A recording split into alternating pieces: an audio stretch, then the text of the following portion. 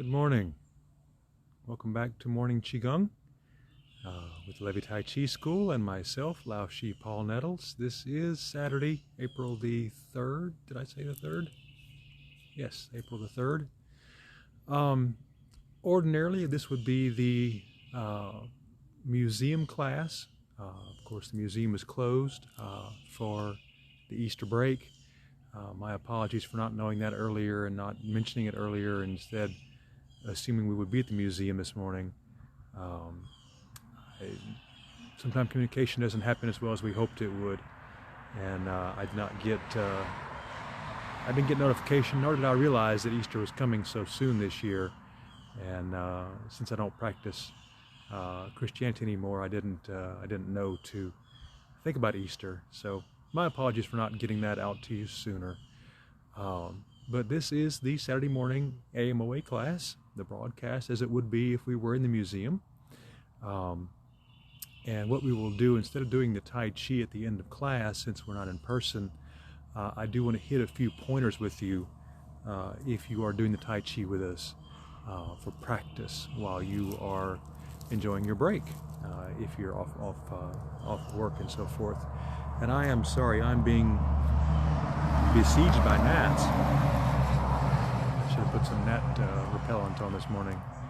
I did want to talk briefly about something this morning, and I feel sometimes that I cover about 3 topics over and over and over again, and that's because those 3 main topics are very important to what we do as practitioners of Qigong or Tai Chi or whatever, any kind of mindfulness practice. And that's the word mindfulness. That word gets bandied about a whole lot. There's a couple words in my vocabulary that I cringe when I hear them used in public, because they're so often used wrong, or they're so often used that they've lost their original meanings. They've kind of become nonsense terms. And mindfulness, I'm afraid, is in danger of that. Everyone uses that term like they use the term Zen, and that always pains me. And I don't want to see mindfulness become that way. And I want to clear up a misconception about mindfulness. Mindfulness is not a state of not thinking. You will never, ever be able to attain a state of being where you simply don't think anymore until you shove off this mortal coil. There is no point in your practice at which your mind will become quiet, still, empty. And I'm smiling because Cindy just popped on, and Cindy was actually the student I was talking to about mindfulness Thursday. And so, Cindy, this is for you. This is based off our conversation. Your mind doesn't ever become dead quiet. It's not designed to do that. Your mind is made to think. It will continue to think. Mindfulness is simply the practice and ability which you can hone and make better and make stronger with practice. The ability to sit with your thoughts, to acknowledge them, and, as we said before, not engage them. I've heard it described as bubbles floating up in fluid, in water. They float to the surface, they pop, they disappear, they're gone. And our minds are a lot like that at times. Thoughts are constantly bubbling up from somewhere way down. Constantly, there's always this effusion of bubbles that come up, and they're ephemeral. There's no real substance to them until we give them substance by attention, when we engage in them, when we think about them, when we follow them, we follow that narrative. When that bubble becomes important, that's when things change. That's when you get on these strange mental paths, and you get distracted, and you get confused and concerned and distressed and all the things.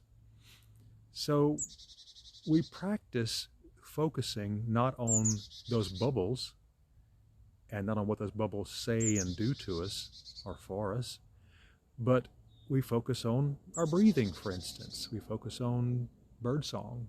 There's a little black cap nuthatch right above my head there, who's singing to me.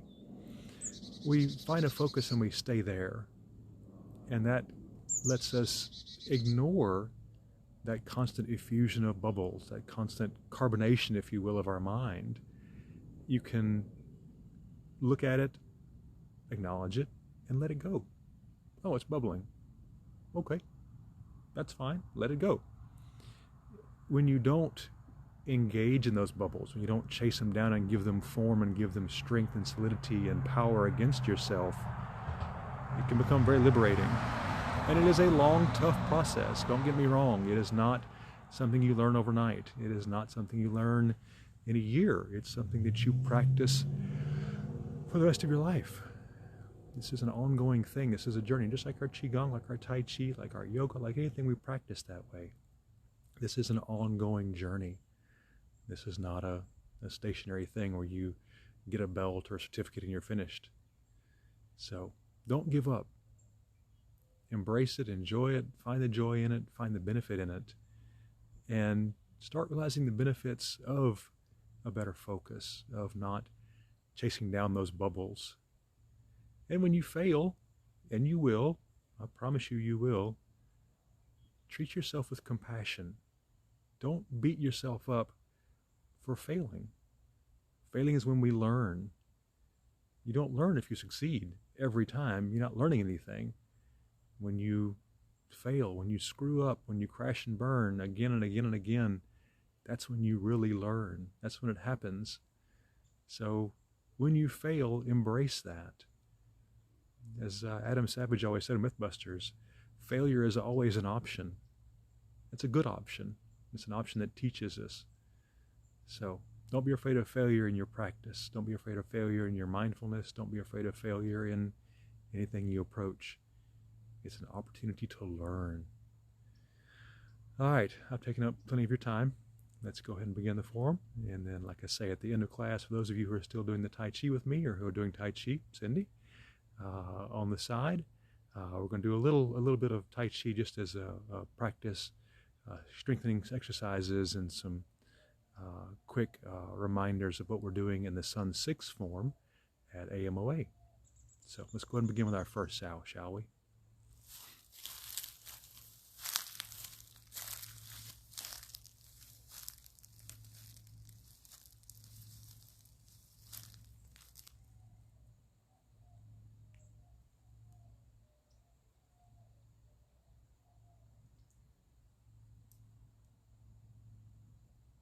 All right.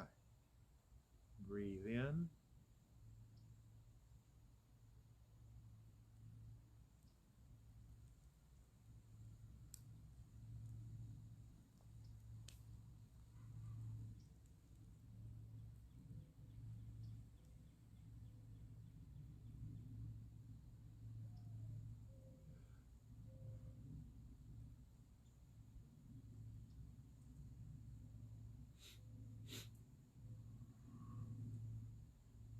Lifting the heavens.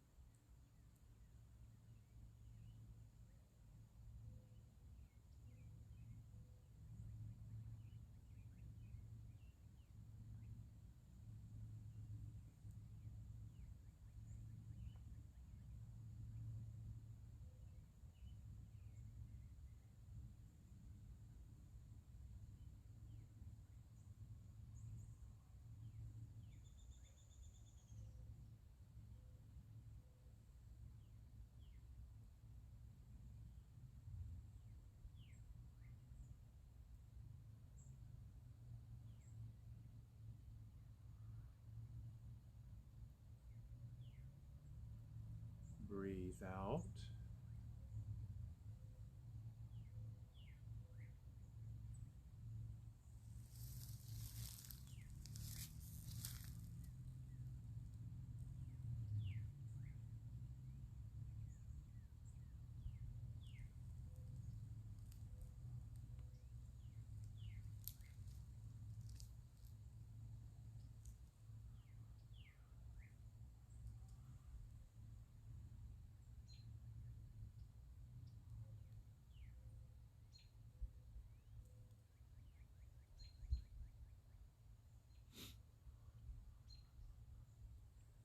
Owl gazes backward.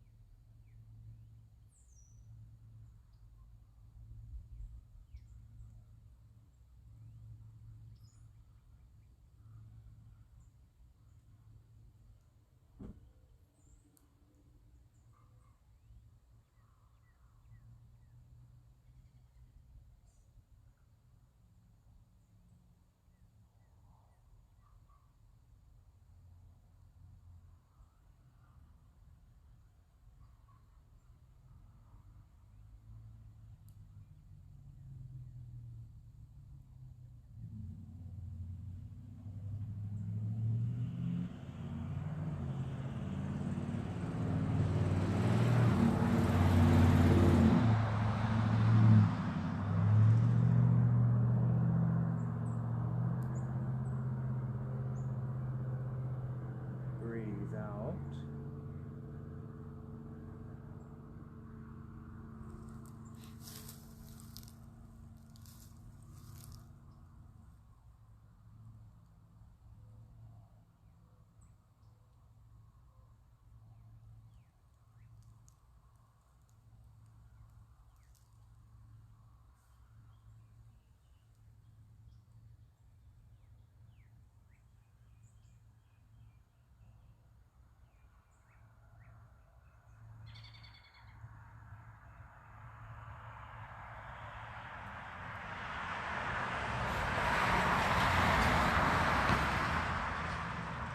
Draw a bow.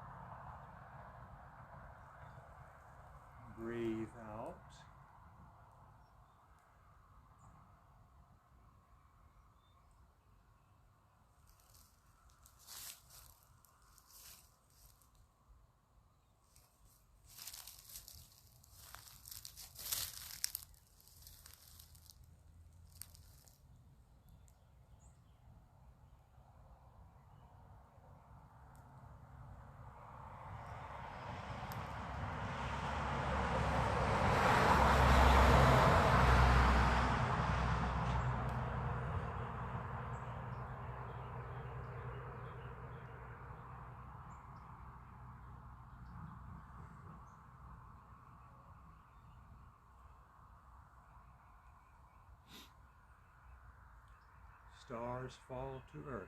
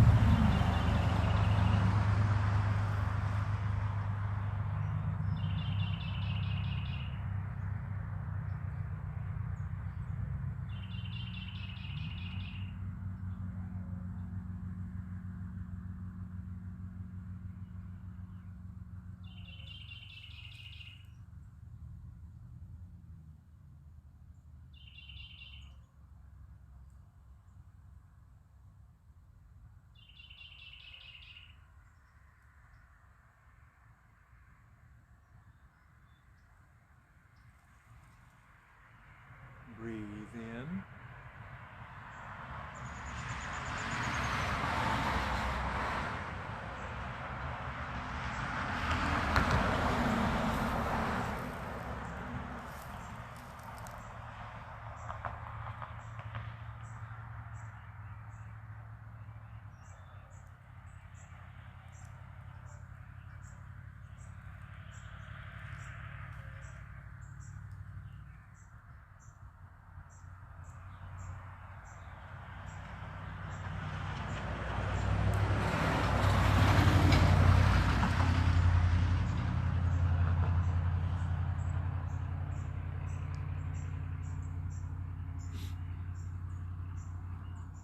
Lion wags tail.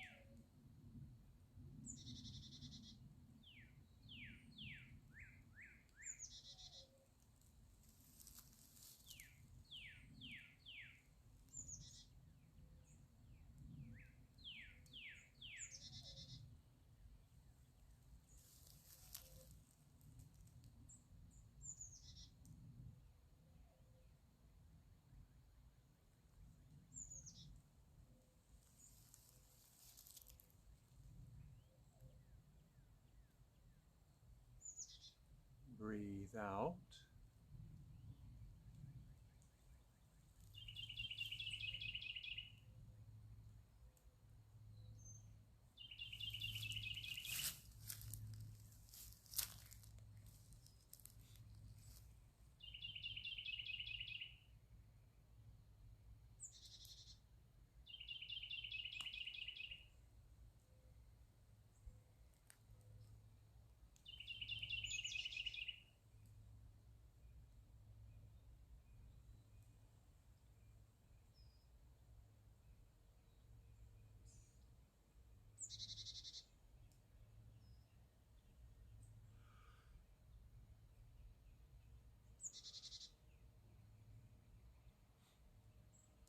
Marry heavens and earth.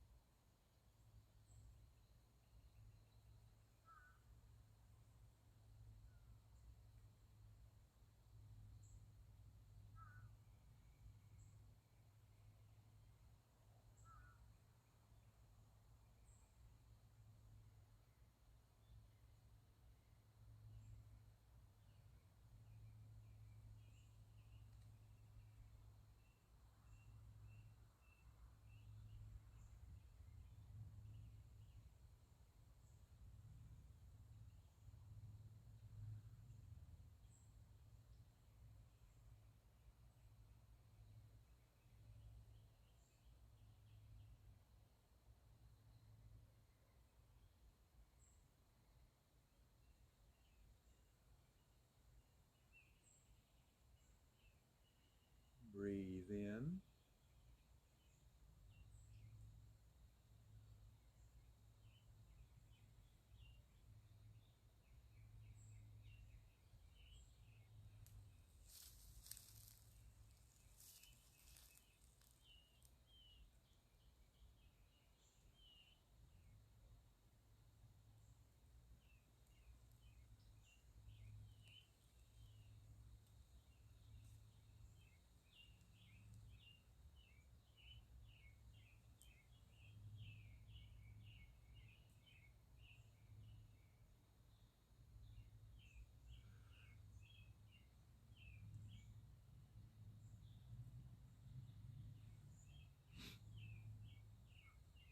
Quan Ti sits on his throne.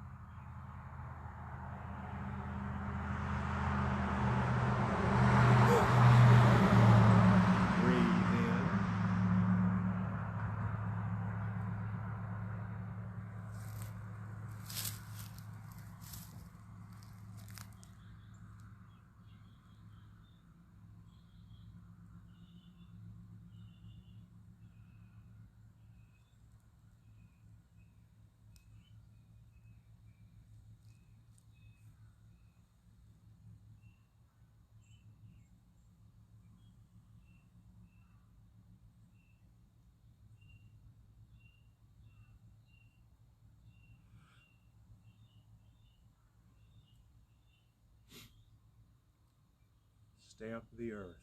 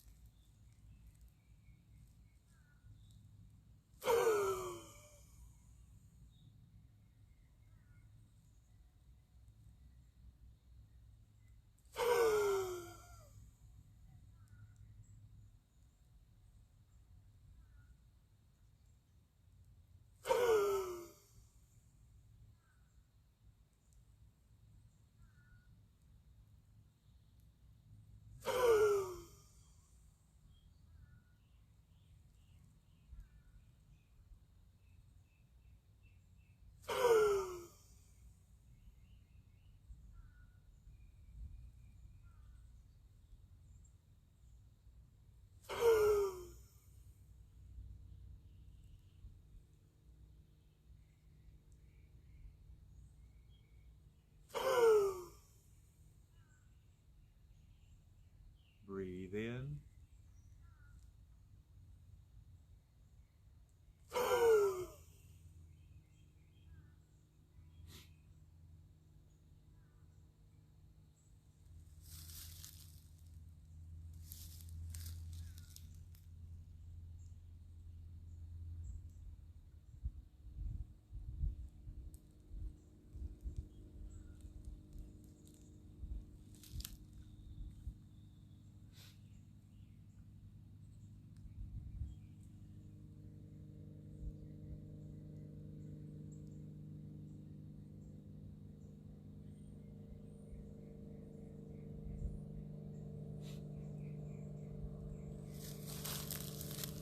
All right.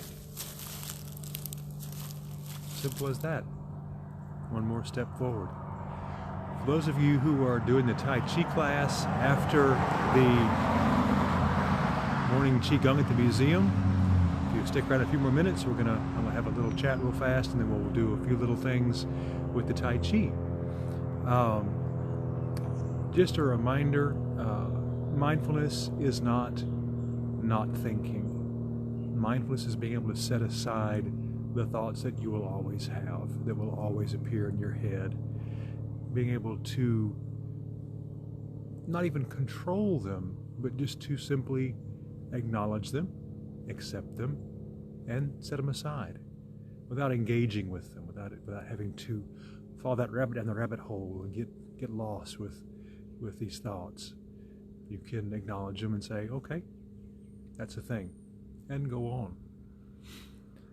One of the things I enjoy about Qigong the most is that Qigong, if I am careful and mindful, can pull me out of spirals, those rabbit hole spirals you get into when you follow those thoughts.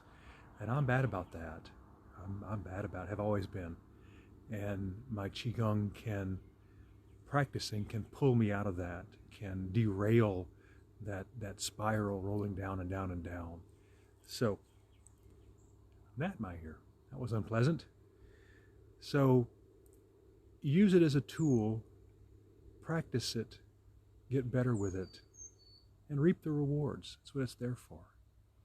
We will resume Saturday class in the museum next Saturday, third floor gallery, masked and distanced, of course. We will have the video as always, and the live feed, the live feed and the video on YouTube later. We will have the Tai Chi class again next Saturday in the museum. That is the Sun 6 form, the short form. So if you want to dabble your toes in Tai Chi and not sure you want to really engage in a full class, give it a shot. Beginners are always welcome to both Qigong and Tai Chi. It takes them more than an hour total, all in. So Saturday morning, 10:30, next Saturday, Alexandria Museum of Art, 2nd and Murray Street. And for those of you who are doing the Tai Chi, we'll do a few little things here, a few exercises that I'm going to remind you, refresh you on the postures we've learned so far. Now, Cindy, I think you're still with us, so this is going to be a little different for you. We're doing the 37 posture Shin-Man Shing form. You'll recognize the two postures we're going to do, but not the order. We're actually missing a number of postures that you and I practice in the Shin-Man Shing form, but it's good practice for you as well. This is still postures you do, and some basics, just some foundation stuff. So remember, when you're walking, be sure as you move forward, a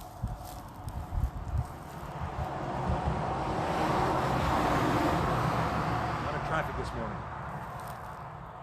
Be sure you're shifting fully to one side or the other, emptying the leg that's going to advance forward.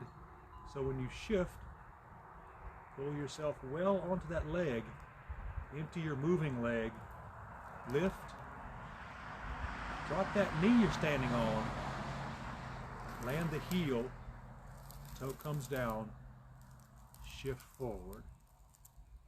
And again, fully engage your weight on your right leg, lift the left, come forward, heel, toe, shift. There we go.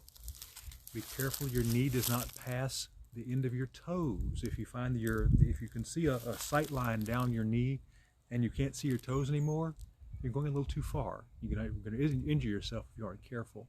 If that's happening, it's a good thing. You're getting stronger. Step further when you move. Now, remember, as always, when we turn, we're going to turn on our heel. And when we turn, our hips will follow that movement. So when you turn, for instance, going to a right-hand turn, we're going to shift left, raise the toe up on the right, and then our hips and our toe will turn together. You don't need to get way around. I'm not trying to damage your knee. It's usually a very short turn, but make sure your hips and your foot match in terms of movement. They shift together. They return together. Same on left. Turn out, turn back. Remember, all of this, everything from here to your dantian, rides on the cradle of your hips. So when your hips move, all of this just follows. There's no need to turn it independently. It's just riding on the hips. So it turns all together.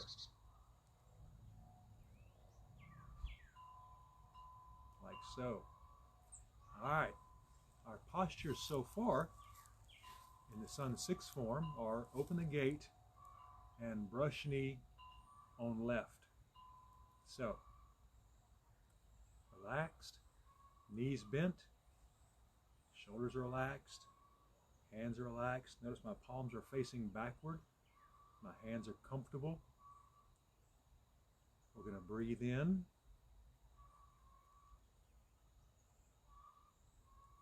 Breathe out and sink.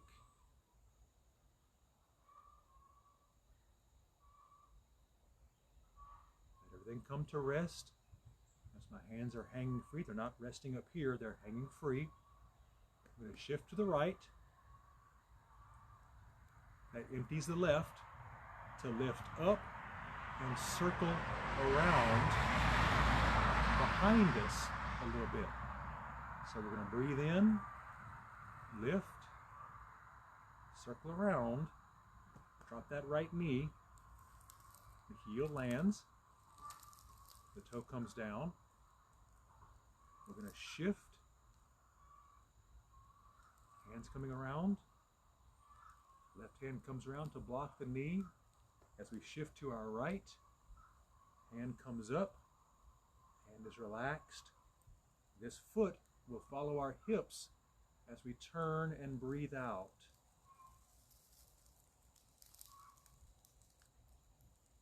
Your hand's going to stop on your center line, right in front of you, not very far, not coming way out here, very close. Let's try it again.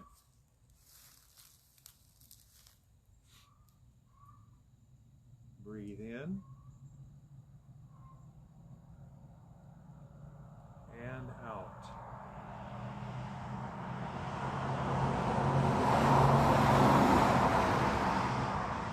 Breathe in,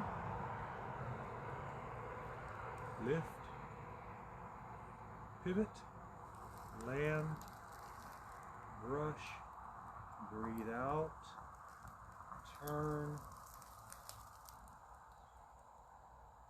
and complete.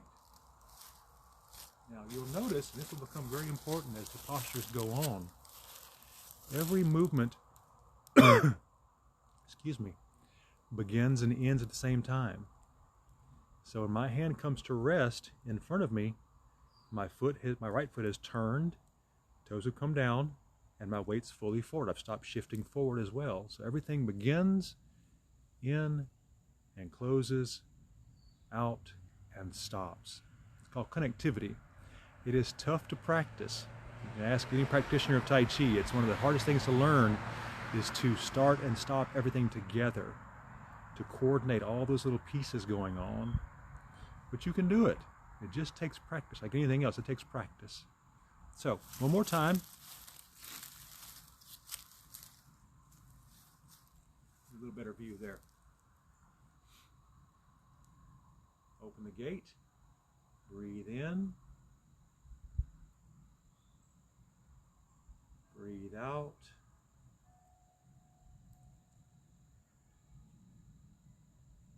Brush knee on left. Breathe in. Land. Begin shifting. Brush the knee in a semicircle. Breathe out. Hand comes over relaxed. Foot is turning. Hips are turning. And stop. Just like that. Easy stuff. Practice. Practice is the key. Practice is the key, is the key, is the key, is the key. Doing the work. It will make everything easier.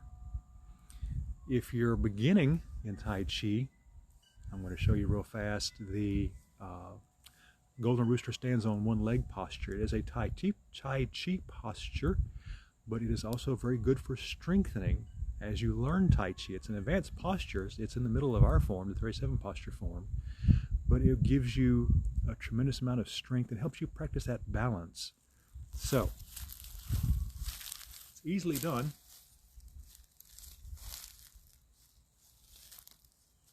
What we're going to do is shift to our left. We're going to raise our knee and our hand at the same time, as if we're being pulled from behind our knee straight upwards. I'm going to come to right there, so that my thigh is parallel to the ground. Notice my foot is just dangling. I'm not forcing it down, nor am I lifting it up.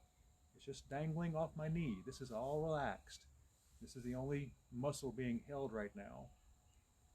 When I draw that knee up, the hand will come up as well in a mirror image. So I'm going to have my forearm, or my upper arm will be parallel to the ground. My forearm vertical. My hands are relaxed, but vertical. I'll simply draw up. And we'll do that at the same time. They'll come together, they'll rise up, and we'll breathe out, and we'll sink down, and they'll land together. So, shift to your left. Breathe in. And out. One more. Breathe in.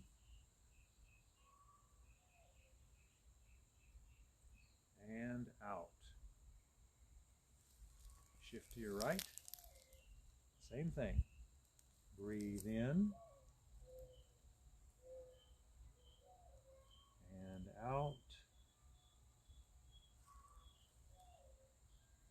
In. And out.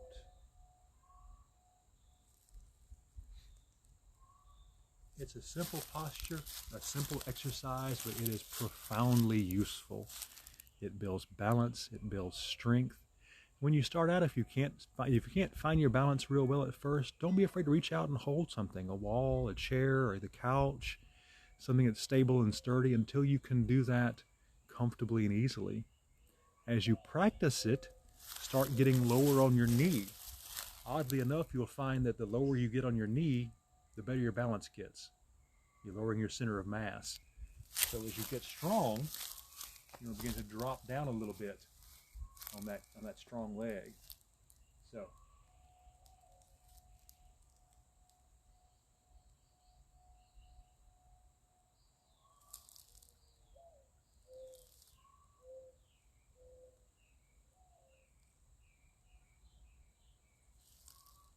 having lowered my center of mass, my dantian, I get that much stronger. I get that much more balance. It's a funny thing. You've got to work harder to get better. Odd that. All right. I've taken up plenty of your time. If you celebrate, happy Easter. Happy Passover. If you don't, happy today. It's going to be a beautiful day. I will see you again Monday morning, 8 a.m. for the morning Qigong video. And until then, as always, please stay safe and be well.